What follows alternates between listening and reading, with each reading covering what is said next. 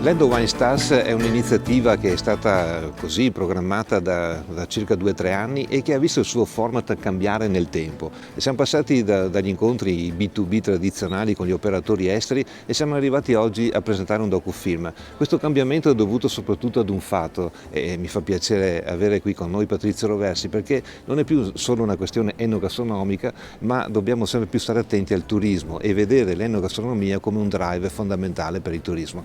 Proprio da questa considerazione si è evoluto Lendo Wine Stars e siamo arrivati ad oggi appunto alla presentazione del docufilm. Un'iniziativa stupenda, ha solo una grossa pecca, hanno chiamato me come special guest.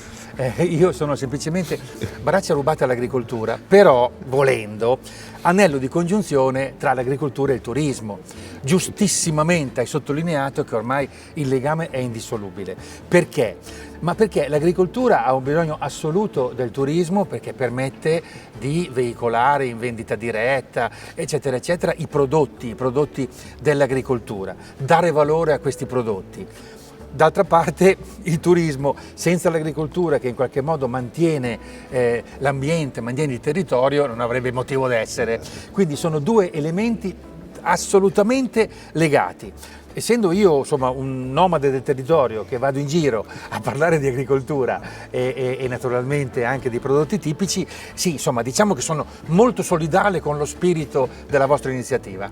Questo mi fa piacere perché scherzandosi il mondo dell'agricoltura, ma dovremmo dire che c'è proprio un vero e proprio ritorno all'agricoltura, al valore del settore primario, e probabilmente questa riscoperta, mi fa piacere che appunto la presenza di Patrizio, che è un grande conoscitore del territorio e che quindi diventa anche un grande ambasciatore. Forse il messaggio importante che possiamo dare assieme, se anche Patrizio è d'accordo, è che i primi ambasciatori del proprio territorio sono i cittadini del territorio stesso. Ecco, su questo noi speriamo che questo docufilm faccia innamorare del territorio prima di tutti i padovani, in modo tale che possano essere i primi ambasciatori delle nostre eccellenze. Quello è fondamentale. E poi posso fare un discorso serio ma di pochi secondi? Sì. Allora, hai parlato di settore primario, l'agricoltura. È chiaramente in crisi, nel senso che spesso non vengono riconosciuti i valori anche economici, monetari delle materie prime che l'agricoltura produce.